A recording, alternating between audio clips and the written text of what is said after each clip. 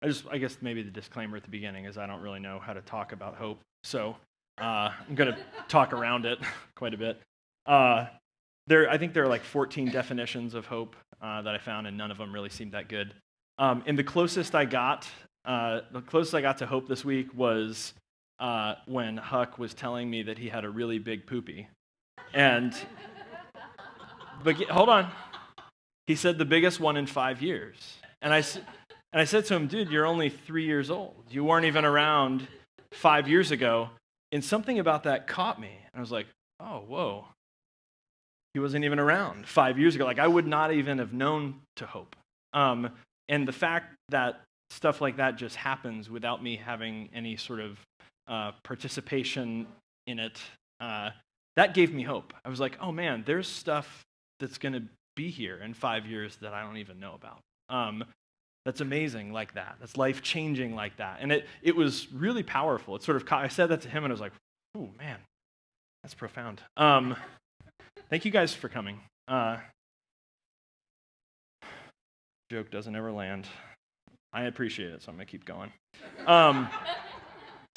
So we're beginning with hope, and this is my favorite part about Advent. It's just so dark. And this is where we're going to end also, but I want to give you a little glimmer of despair at the beginning. We start with hope not because we have it. We start with hope because we don't. You don't call 911 because everything's great. And in the same way, you don't fix hope in the liturgical year because people are just naturally and perpetually hopeful. We begin with hope because so much of the human experience is actually just figuring out how to keep going in hopeless situations. And in that, and I think we all probably know what that feels like, in that is the humanity of God. That's why we set aside a whole month every year to be honest, that's the thing that leads to celebration, not this sort of sentimentality. So the story of the Bible is about hope, which I think is to say it's more about humanity even than it is about God. And so at the center of that story is this climactic narrative of Jesus, which really orbits the idea of the humanity of God. God with us, revealed particularly in this human person, Jesus. But then, having seen that, the invitation to recognize all of the divinity in our shared humanity, the sacred in every single human subject. The arrival of God and you and I, and now God born in us and through us, or in us as us, to borrow from, I think it was Caitlin's sermon back in February. In us as us, the humanity of God. Hope, as opposed to a wish or some passive optimism, is like the engine of the story. And so we can maybe think of it as the ambition of the story. And so at Christmas, the hope isn't that we will finally have Jesus, and then we'll have the right thing, or we'll have the right one, or we'll have the right object of our worship, which, by the way, is idolatry. Instead, the ambition of the story is actually much deeper than that. It's actually much more than Jesus. To accept that Christmas is just about Jesus is actually settling. That's a pretty small Christmas. Peace on earth and goodwill towards all people. Right? If what we say the heart of Christmas is like, hey, a person. Okay, that's neat. But what about like, hey, peace on earth, goodwill for all people? That's a pretty big story. And that hope isn't pacified in the birth of Jesus, like, hey, it's finally here, we don't have to do anything. That hope is actually activated like never before. See, hope, if it's really hope, inspires action. It inspires movement. Hope turns the plot. Right? Wishing, on the other hand, creates a sort of passive optimism that can actually paralyze people in this sort of happy fog of complacency. You may say some of these things yourself. Everything will turn out fine. Why work? Why struggle? Why sacrifice? Why plan? But guess what happens to people who never work, struggle, sacrifice, or plan? They don't get any of the things that they wish for because they just sit back and wish. Part of what Advent does is it actually rescues us from this passive optimism and this empty wishing, and it reminds us that the Christ celebrated at Christmas time signals a new and different way of being that is animated by hope. The birth is one of a God not to be believed in as an object or believed in as any number of objective ideas or wished to like a genie. Sorry, Santa Claus. But rather, the humanity of God with us, as us, among us, present as this sort of active and catalytic connection between us, which results in this desired bright future, a commonwealth of justice and peace and plenty, love and mercy. We said last week that the reform of Christianity is not a flipping upside down of the power pyramid such that the ones on the bottom get to be on top for a while and then they get to replicate the same oppressive, violent perversion of power, and we just keep going through that cycle. The ones at the bottom get really pissed and they overthrow the ones on the top, and then they get to be the ones on the top and they get to hurt all the people on the bottom. Instead, what we're advocating is actually a squashing, that's a technical theological term, squashing of the pyramid, leveling of this pyramid, which creates connections among us. They become this equitable network of mutual interdependence, where power is only power if it empowers all people, where people embody God, where spirit is born in people. I'm not even saying like individually in a person, but in the way that people are connected in humanity, not as some super being visiting from outer space heaven. So there's a new tax plan, apparently. This is what I hear. I don't know. I haven't read it, to be fair. I think it's like 1,000 pages or something. Zing! So my understanding, and I want to ask for some feedback here, not about the tax plan. Just help me understand if I understand it the way you do. My understanding is that this tax plan will serve to widen the gap between the rich and the poor, or the ultra-rich and everyone else. Is that accurate? Is that like the design of it, as I understand? That's what it's supposed to do? Okay. So the people at the top of the pyramid, we might say, get a little higher, and then everyone else is pushed a little bit lower. Is that fair? Or like the poor, they're already down there, so just kick them while they're down. So maybe we might think of this as another step in the long line of creating more space between those on the top of the power pyramid and those at the bottom of the power pyramid. Speaking of the humanity of God, if there is a hope, if there's a hope for humanity, for how we might be as people together, harbored in the name of God, there are some fascinating statistics that actually come to bear on this. So Pickett and Wilkinson, which sounds like a country band, but they're actually statisticians, they wrote a book called The Spirit Level, and I'm stealing this directly from Rob Bell, which is where I get most of my good stuff. So they did this research over years and years and years. They're statisticians, so they deal with data and research. And what they came to realize is that they finally now had enough data that went back far enough in first world developed nations that they could start to look at factors related to wellness. So lifespan, mental health, education, crime, violence, things like this. And they particularly started looking at the gap between the wealthiest people and the poorest people. And what they found was fascinating. This was the first thing that sort of tipped them off. And they were like, wow, this seems like it should be different. Life expectancy in countries with larger gaps between the rich and the poor, who has a lower life expectancy when the gap is larger? The rich. The larger the gap between the rich and the poor, the rich live shorter lives. Their life expectancy goes down the more money they get. The broader the gap between the rich and the poor, the rich start to lose life expectancy, which is sort of fascinating. Like, if you're rich and the thing you want to buy most is longevity, what you need to do is narrow the gap between you and the poor, which is sort of hilarious and poetic. The larger the gap, the more incarceration. The larger the gap, more mental illness. The larger the gap, more homicide. The larger the gap, lower literacy rates. This gap, they started to realize the gap between the rich and the poor became the single factor in determining these wellness criteria. And so they're like, okay, well, this is crazy, developed nations. And this was true across the board for all the developed nations they studied. So then they said, let's look at the U.S. And they looked at every state in the U.S., and state by state, it held up across the board. The larger the gap between the rich and poor, the more every single one of these factors was exacerbated. Mental health, life expectancy, literacy, homicide, incarceration. So they said, let's push it further. Let's find an incident in history where the gap was bigger, and then it got smaller, and then it got bigger again. And then we can see if it's actually like correlated, right? There's a cause.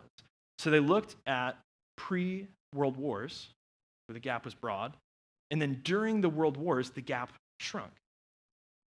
And they found out that while being bombed in England, life expectancy went up. While England was being bombed, life expectancy went up because the gap between the rich and the poor shrunk. And then after the war, when it widened again, life expectancy started to go down. And so the point of their title, the spirit level, is that we're all much more interconnected and interdependent than any of us realize, almost like, how would you describe it? Like a universal human body. Like a Christ body, we might say, or like the spirit that unites all people, being born through all of humanity, such that there is no reality in which the ultra-rich prosper and the poorest cannot. There's something statistically that would pull them together for human flourishing. That what is best for everyone is that kind of equalizer. You think about like ecology and economy and quality of life and the equality of life. Remember the picture, one earth, not a bunch of little tiny parts. One earth, not just a bunch of rich people and then a bunch more poor people. One earth, this sort of interdependent reality. So perhaps we might say at Advent, we acknowledge that God is not the ultimate top-down pyramid power broker, so separated from the poor and lowly by the absolute wealth of divinity, who at Christmas lowers God's self to come to the bottom of the pyramid, not to identify with the lowly, not to live in solidarity, not to address the flaws of the system which separate us, no, just to rescue us back to the top of the pyramid, not to identify with the poor, but to give some a promotion so that they can be wealthy and powerful with God forever somewhere else where God is from. Sort of the Christmas story as has been told for quite a while. God separated from people who aren't like God, unsavory characters. This is often the divinity of Jesus' story, like undercover boss, right? This power broker dressed as a pauper, but secretly has like a stash of cash and judgment and wrath and selective magic for the good girls and boys and an AK under his robe, right? This is Jesus or Santa. I got lost. I can't remember. The point is, if this is the divinity of Jesus' story at Christmas, like bullshit. No, thank you. But that's not it. Thank God that's not it. Christmas is not the ultimate expression of the power pyramid revealed, but rather the beginning of the end of that power pyramid, a subversion of love, of the love of power by the power of love. The undoing of the systems of power which separate and alienate and rob each of us of life by robbing any of us of life. Incarnation is the name of this equalizing, humanizing, sacred event of absolute interdependence, human oneness. God is with us. God is with us.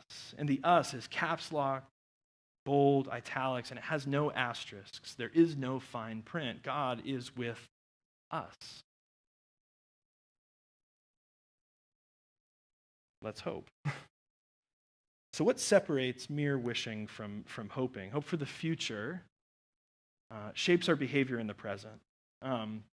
Peter and I decided that we're going to ride across Florida in April, I believe. It's like 170-something miles.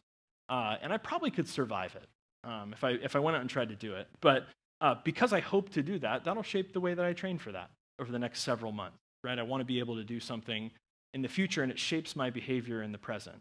We all have stuff like that. If it's education, if it's looking for a promotion at work, if it's the way we raise our kids, our hopes for the future, if they're really hope, they shape who we are now. Hope for the future shapes our behavior in the present. I think about Clay and Michelle, right? Clay was a 911 operator, and he was roasting coffee in essentially a closet. And then he's like, you know what? I'm going to put a bar at the entrance of the closet, and then I'll have a retail business. Like, that's not really how that works. But he made it work, right? And he's like, he had this hope. And so he did it. And then it was like this booming thing. Like, we had a specialty coffee roaster in DeLand. And then right now you go to Trilogy, and it's like this thing. It's like a part of the culture of this place. People come here from Winter Park for Trilogy. Now, what Clay and Michelle had was hope, right? It wasn't this wish, but they were like, oh, God, I guess hopefully we can have a coffee shop one day. No, they worked their asses off. That hope shaped everything that led to them getting to that place.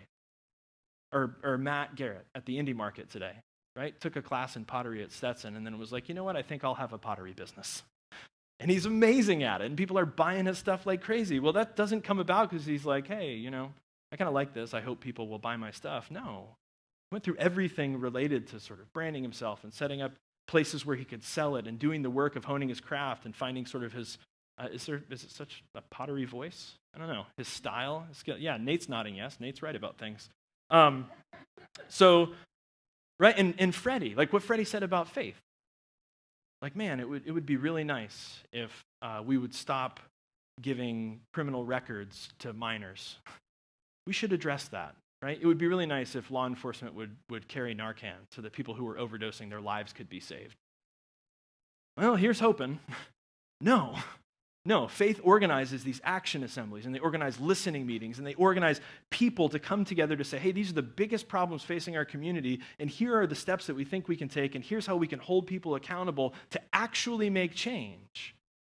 Hope, whatever our hope for the future, if it's really hope, it shapes our behavior in the present. If not, it's a wish, and it's worthless. We align, we orient our lives by our hope, and so hope ends up shaping who we are now. Because without this, without formation, without action, you're just wishing. You're not hoping.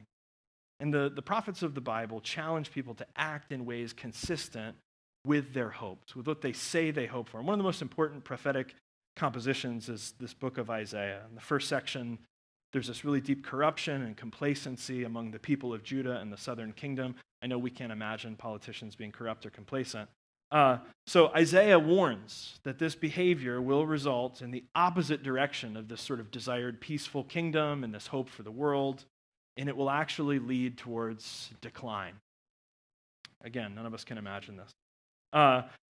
So then the Babylonians come, and they defeat Judah, and they take many of the people into exile, and the second section of Isaiah speaks these words of comfort and hope, that these exiles would one day return to their homeland and they would rebuild, and then eventually Ezra and Nehemiah do lead the people back and they rebuild. In the third section of Isaiah, this evocative imagery still energizes our imagination today. And I heard somebody say, this is history repeating itself, which is why words from thousands of years ago, right? They'll beat their swords into plowshares.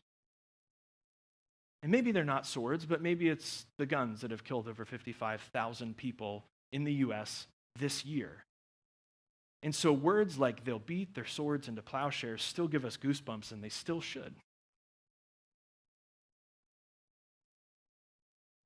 For Isaiah, this is what Emmanuel, this is what God with us would look like. When this world came to be, there would be God with us. Not Jesus as a single divine person, but as the revealer of the humanity of God, the universal human spirit, the call that calls all people forward into this vision of the fullness of human flourishing. Isaiah's vision for a better day and a coming kingdom and a promised time were so inspiring that Jesus and his early followers quoted Isaiah more than any other text. They're dropping Isaiah all the time because of this imagery, because of this hope. Now, interestingly, in the centuries between the prophets and Jesus, these prophetic hopes never fully died, but they never were really fully realized.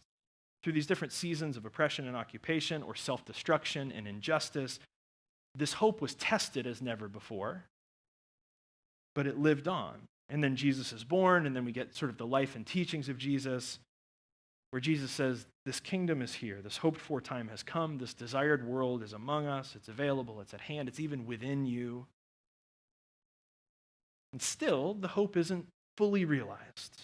And then Jesus is executed, and still the hope doesn't fully die. And then we get resurrection, and still the hope isn't really fully realized. So if you're starting to feel a little seasick, this narrative, this history of hope in the biblical tradition, it's a dream that's rooted so deeply in humanity that it seems to transcend religions and traditions.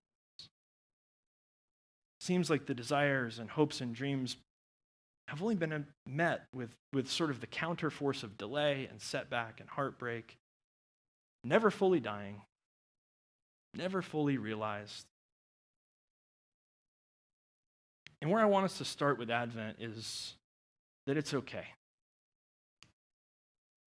you don't have to spin yourself up to feel a hope that is not real. It's okay to admit the sense of loss and the sense of absence, this darkness. To say that God is not with us as we begin the season of Advent is not a form of atheism. Instead, it's an expression of desire, an expression of hope. This is the context for the season of Advent. This is the context for ache. This is the context for yearning, for God with us, right? You don't call 911 when everything's great. The longing for God with us is precisely because our experience so often is God is not with us. And this desire is not for some divine alien visitor to invade our world, but for the humanity of God to well up like a glow from within the sacred world in which we find ourselves already. But again, if we're honest, it begins with this admission that so often our experience is that God is not with us. The God that we've wished for hasn't arrived in the way that we wished. And honesty about this absence is the beginning of yearning for some kind of presence. And honesty about this darkness is the beginning of the experience of Advent as light. Honesty about this experience is why Advent is able to speak words that stir us. And here's the craziest thing. We can sit back intellectually and go, I don't believe that. And they still stir us. Right? We go, I don't buy that shit. But in Advent, something still happens, right? Wonder still catches us. We find there is something still worthy of our celebration. Something about just having candles on the tables gives me goosebumps. There's something in this season that speaks to us. And sure, hope for this kind of world, hope for a world put right that's imagined in this language of the humanity of God and God with us. Maybe more than in a long time, our experience is that this hasn't been fully realized. Because we lose loved ones, right? This year has been a hellacious year of loss for our family. When we're acutely aware of our depression or our loneliness, especially during the holidays, when all of our friends are so good at faking loving their families. When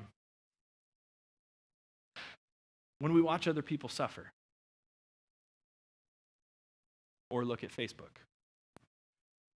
When children are subject to starvation and abuse and disease and lack of love. When we use all of our progress to more creatively divide ourselves and find new ways to articulate our hate and spew our vitriol and broadcast our fear, very often more for the attention than our own conviction. More to shout into the darkness, hoping that we're not alone with our fear. When these same exhausted labels and arguments, which really point to the fact that we haven't solved one of the most basic human problems, the deception that there is such a thing as us and them. Because apparently from space, it just looks like one thing. Apparently with the right perspective, there's not a bunch of different things divided, it's just one. In the face of all this, we go, God, this hope hasn't been realized, right? We're not even close. Peace on earth, goodwill to all people, come on. These are the days when it's hard to hope. Through confusion or anger, or simply the overwhelming weight of complexity. How do we even begin to address this? Right? I don't know anything about tax plans. When our hearts are broken by the absence of this desired world and the absence of this promised God, passive optimism, just wishing for it, sounds really appealing. Sounds really appealing, and especially at this time of year. A wish wrapped in a commercialized holiday of tinsel and gifts and enough possessions and sugar and distraction and whatever our particular drug of choice that requires numbing the pain. A wish that requires not our desire, our imagination, our energy, our love, All it asks of us is our belief. Such a deal. But it's Advent, and it's dark, and passive wishing and magical thinking will not do.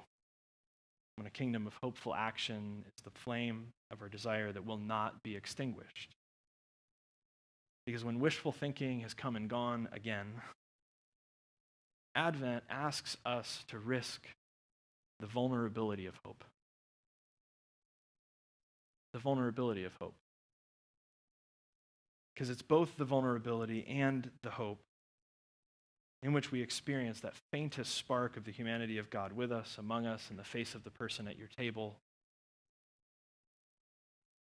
And we hope that that glow begins to swell and begins to warm, begins to spread.